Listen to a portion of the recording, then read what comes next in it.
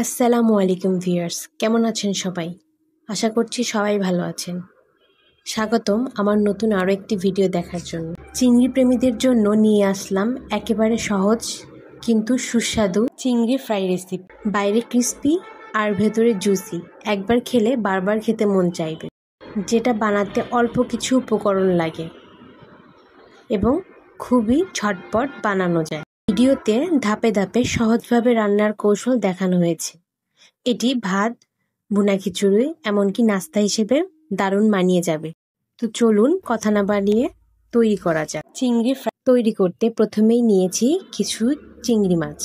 এগুলোকে কেটে ধুয়ে ভালো করে পরিষ্কার করে নিয়েছি। এগুলো চোচা সবগুলো ফেলে দিচ্ছি, শুধু এই লেজের অংশটুকু আমি রেখে দিয়েছি। এখন এই চিংড়ি মাছগুলোকে ম্যারিনেট করে নেব।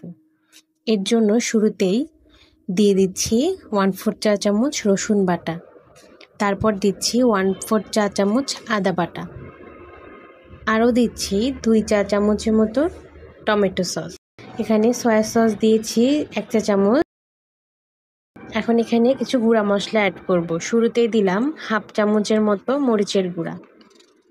এখানে আপনারা আপনাদের ঝালটা পছন্দ মতো বাড়িয়ে কমিয়ে নিতে পারেন।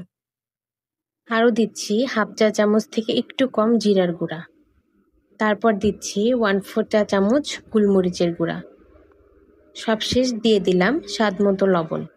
এখন চিংড়িগুলোর সাথে সবগুলো মশলাকে ভালো করে মাখিয়ে নিব।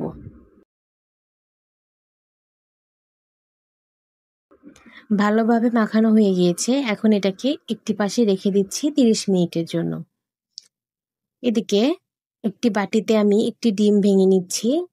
তার মধ্যে সামান্য পরিমাণ গোলমরিচের গুঁড়া দিয়ে দিলাম, তারপরে দিয়ে দিচ্ছি কিছুটা লবণ। এখন একটি চামচের সাহায্যে ডিমের সাথে গোলমরিচ আর লবণটাকে ভালো করে মিশিয়ে নিচ্ছি। ভালোভাবে মিশানো হয়ে গিয়েছে। 30 মিনিট রেস্টে রাখার পর চিংড়িগুলোকে একটু ভালো করে মেখে নিচ্ছি। এখন এই ম্যারিনেট করা চিংড়ি থেকে একটি চিংড়ি মাছ এই ডিমের মিশ্রণে ডিপ করে নেব। তারপরে এখানে ব্রেড ক্রাম্ব নিয়েছি, তার মধ্যে গড়িয়ে নিচ্ছি। ব্রেড ক্রাম্বের রেসিপিটি আমার চ্যানেলে দেওয়া আছে, আপনারা চাইলে দেখে আসতে পারেন। ব্রেড ক্রাম্বে গড়িয়ে নেওয়া হয়ে গেছে। এখন এটাকে একটি পাত্রে রেখে দিচ্ছি। একইভাবে আরও একটি এভাবে প্রথমে ডিমের মিশ্রণে ডিপ করে তারপরে ব্রেড ক্রাম্বে গড়িয়ে নিচ্ছি। দেখতে পাচ্ছেন কত সুন্দরভাবে কোটিং হয়েছে। একইভাবে সবগুলো বানিয়ে নেব। সবগুলো বানানো হয়ে গিয়েছে। এখন এগুলোকে ভাজার পালা। এর জন্য চুলায় আগে থেকে কড়াইয়ে পর্যাপ্ত পরিমাণ তেল দিয়ে তা গরম করে নিয়েছি। এখন এক এক করে সবগুলো চিংড়ি এর মধ্যে দিয়ে দিব।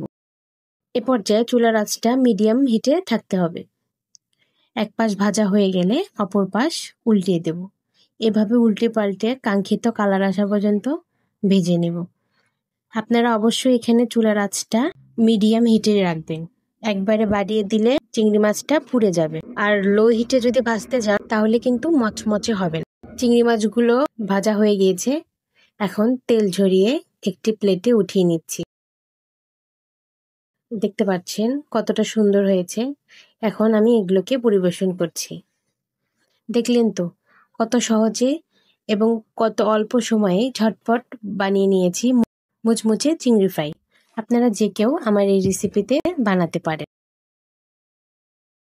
এই চিংড়ি কতটা ক্রিস্পি হয়েছে সেটা বোঝানোর জন্য একটি চামচের সাহায্যে দেখাচ্ছি।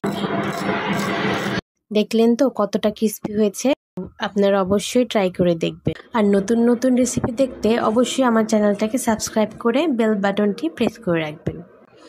আজকের মতো এখানেই বিদায় নিচ্ছি। সবাই ভালো থাকবেন। আল্লাহ হাফিজ।